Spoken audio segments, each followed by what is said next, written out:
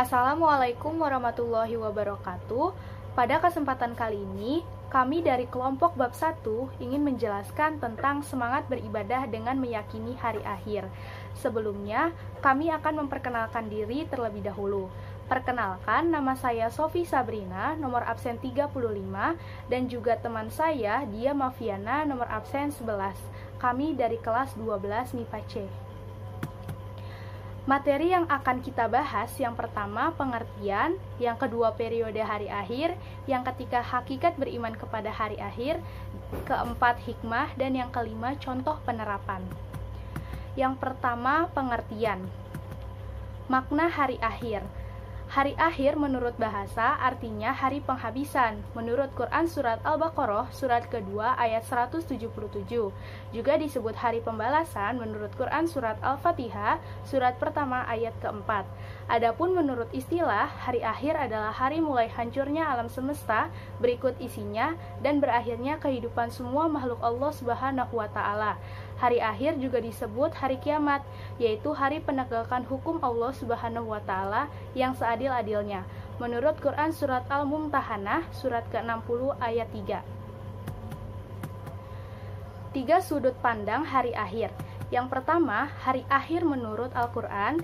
Yang kedua, hari kiamat menurut ilmu pengetahuan. Dan yang ketiga, bukti indrawi terjadinya hari akhir.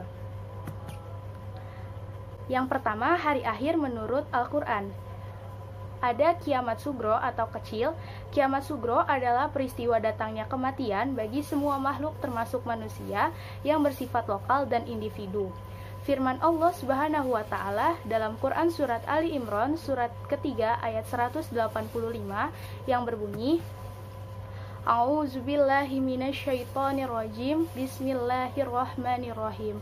Kullun nafsin za'iqatul maut wa innama tuwaffawna ujurakum yawmal qiyamah faman zuhziha anin nari wa ukhilal jannata faqad faza wa ma hayatud dunya illa mata'ul ghurur, yang artinya setiap yang bernyawa akan merasakan mati, dan hanya pada hari kiamat sajalah diberikan dengan sempurna balasanmu.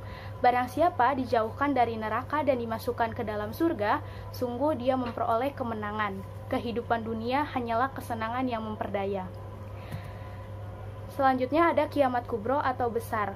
Peristiwa berakhirnya seluruh kehidupan makhluk dan hancur leburnya alam semesta secara total dan serentak. Proses terjadinya hari kiamat tersebut dijelaskan oleh Allah Subhanahu wa Ta'ala dalam banyak ayat. Salah satunya Quran surat At-Takwir surat ke-81 ayat 1-3 yang berbunyi, A'udzubillahi minasyaitonirrajim, Bismillahirrahmanirrahim. Iza syamsu kuwirat wa izan nujumun kaddarat wa izal jibalu suyirat, yang artinya apabila matahari digulung dan apabila bintang-bintang berjatuhan dan apabila gunung-gunung dihancurkan. Selanjutnya, hari kiamat menurut ilmu pengetahuan. Yang pertama, menurut geologi, bumi beredar karena adanya daya tarik matahari terhadap bumi berkurang. Akibatnya, bumi akan bergeser dari matahari, sehingga putaran bumi semakin cepat dan akan mengalami nasib seperti meteor, yaitu menyala atau hancur. Yang kedua, menurut teori fisika. Menurut ahli fisika, energi matahari dipancarkan ke angkasa dan sekitarnya 5,7 kali 1027 kalori sama dengan 5853,9 kalori per menit dan mampu menyala 50 miliar tahun dengan panas 15 juta derajat Celcius. Selanjutnya ada bukti indrawi hari akhir. Yang pertama, peristiwa pembunuhan yang dipermasalahkan oleh Bani Israel akan dihidupkan kembali oleh Allah Subhanahu wa Ta'ala hanya dengan perantaraan daging sapi yang dipukulkan ke tubuh orang yang terbunuh. Menurut Quran surat Al-Baqarah surat kedua ayat 72-73.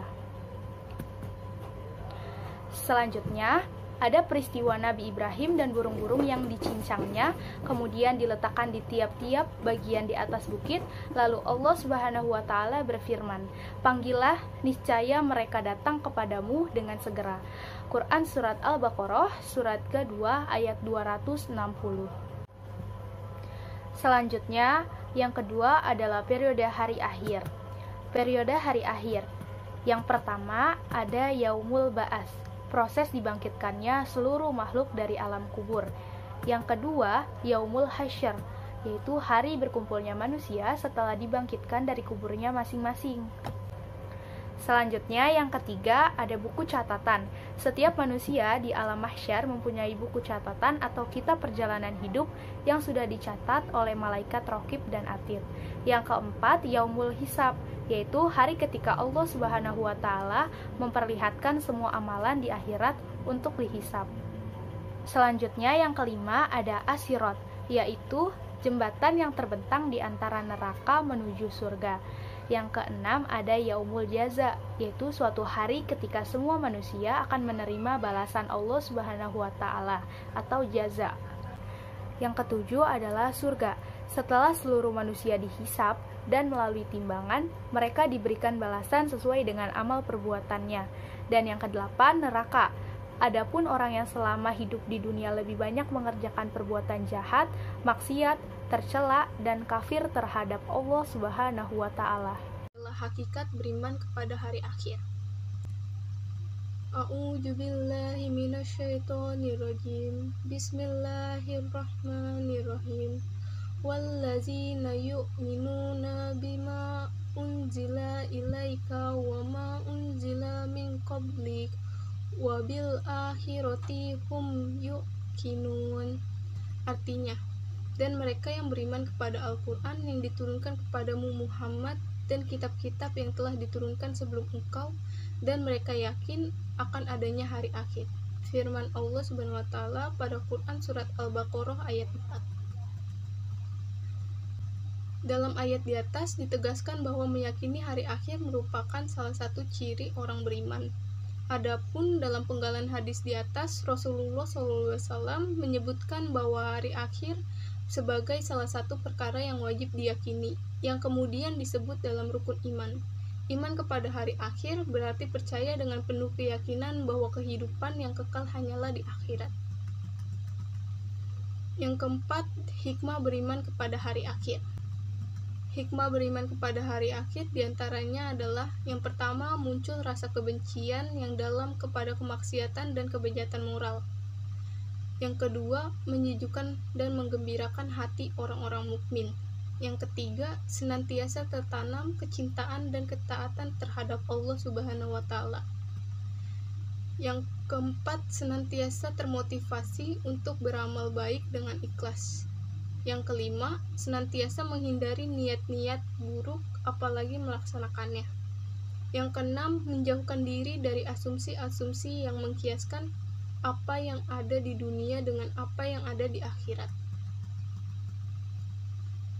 Yang terakhir, contoh penerapan dalam kehidupan sehari-hari. Contoh penerapan dalam kehidupan sehari-hari diantaranya adalah menyadari bahwa semua perbuatan selama di dunia akan dipertanggungjawabkan di hadapan Allah Subhanahu wa Ta'ala. Menyadari bahwa manusia itu sangat kecil di hadapan kebesaran Allah Subhanahu wa Ta'ala. Selalu berusaha melakukan amal soleh dan menghindari semua perbuatan yang bertentangan dengan norma agama. Membiasakan diri dengan akhlakul karimah, selalu berusaha mendekatkan diri kepada Allah Subhanahu wa Ta'ala baik dengan melakukan ibadah ataupun kebaikan lainnya. Termotivasi untuk selalu bekerja dan menjauhi kemalasan. Sekian presentasi dari kami, kurang lebihnya mohon maaf. Wassalamualaikum warahmatullahi wabarakatuh.